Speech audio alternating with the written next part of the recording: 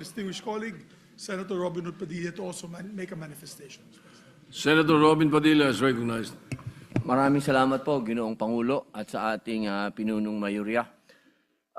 Ako po ay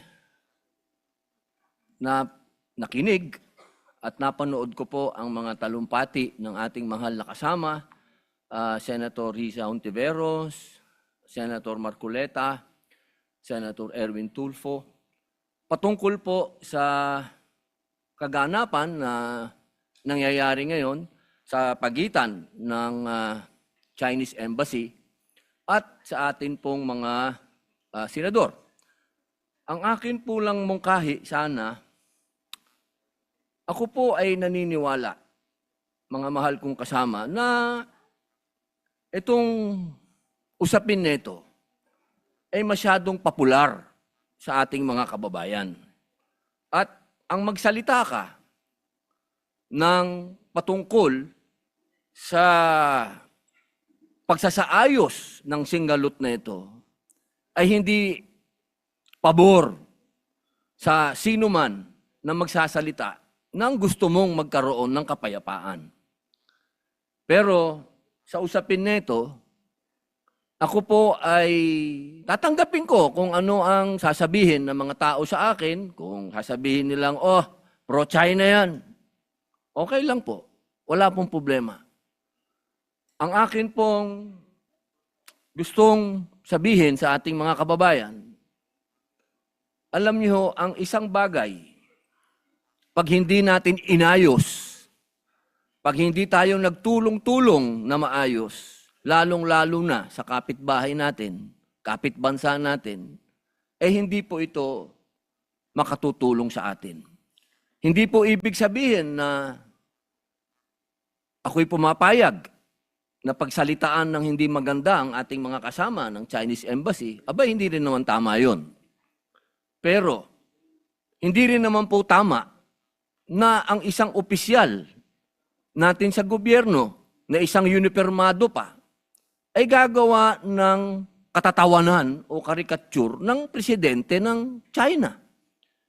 Sapagkat kanina po, habang nag-uusap kami ni Senator Amy Marcos, sabi ko sa kanya, kung yan, ginawa ng China sa ating Pangulo na si Bongbong Marcos, ako'y oposisyon, pero gagawin nila yan kay Bongbong, ay unang-una po ako magagalit. Sapagkat hindi ako papayag na babawin ng kahit na sino ang Pangulo ng Pilipinas.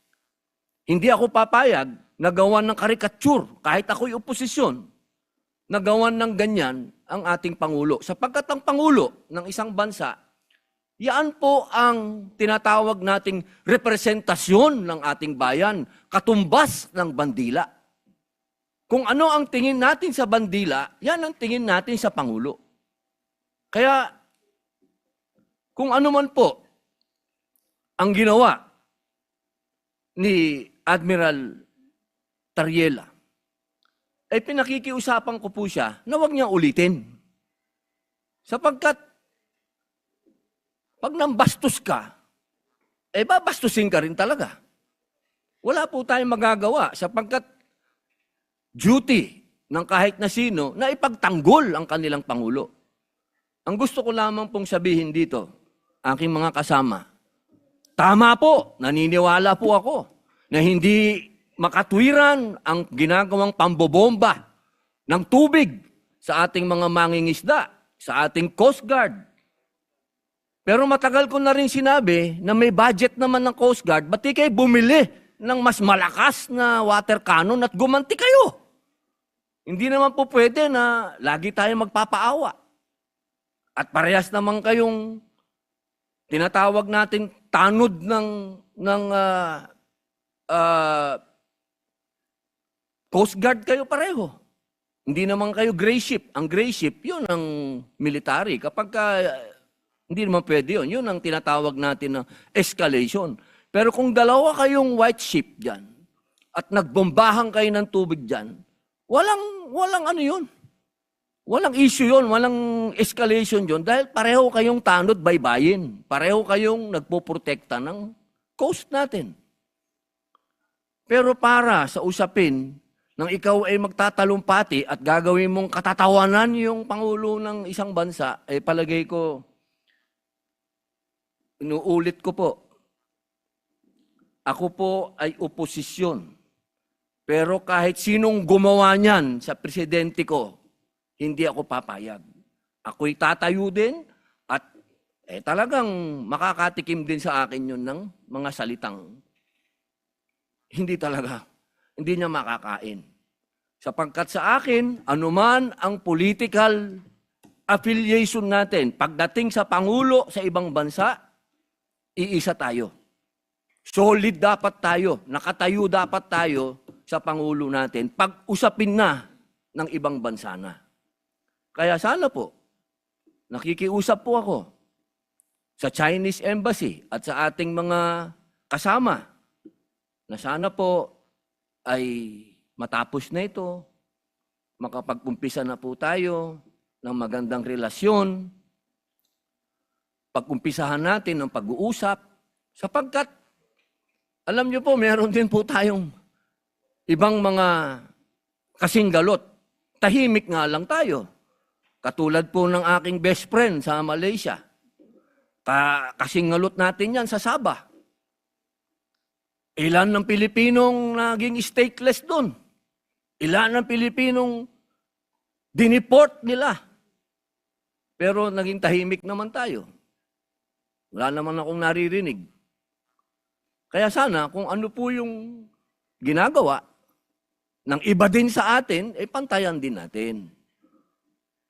Alam nyo, masakit sa akin magsalita ng patungkol sa Malaysia dahil kapatid kong mga Muslim yan. Pero ini-example ko lang po sa inyo na meron din tayong problema sa ibang lugar na meron din ginagawang pang-aabuso din sa atin na hinihingi ko din na magsalita din kayo. At sana, bilang panghuling salita, alam nyo, nung kailan lang nakita kami ni General Torre. Ang tingin ko dyan sa taong yan, kaaway ko yan. Sa ginawa niya kay dating Pangulong Rodrigo Roa Duterte. Pero dahil nagkita kami sa isang lugar na hindi namin dapat pag-usapan ang ginawa niya, kundi kami mga bisita sa isang lugar, kami naging, kumbagay, diplomat na rin kami. Kami naging mahinahon sa isa't isa. Sapagkat yun dun po ay pagpapakita sa ating mga kababayan na hindi sa lahat ng oras ay palabang ka. May mga pagkakataon na pwedeng madaan sa usapan. Kaya po sana, inuulit ko po, wala po akong masasabing sa mga speech, sa mga statement ng ating mga kasama. Naniniwala po akong may katwiran po ang inyong mga sinasabi. Kaya niya lamang po, sana, pagsabihan din po natin yung mga unipermadong personel ng ating bansa na magdahan-dahan din lang. Pwede ka namang mag-speech nang wala kang gagawing karikature o katatawanan ng isang Pangulo ng bansa. Yun lamang po, maraming salamat po, Ginoong Pangulo at sa ating pinunong mayoriya.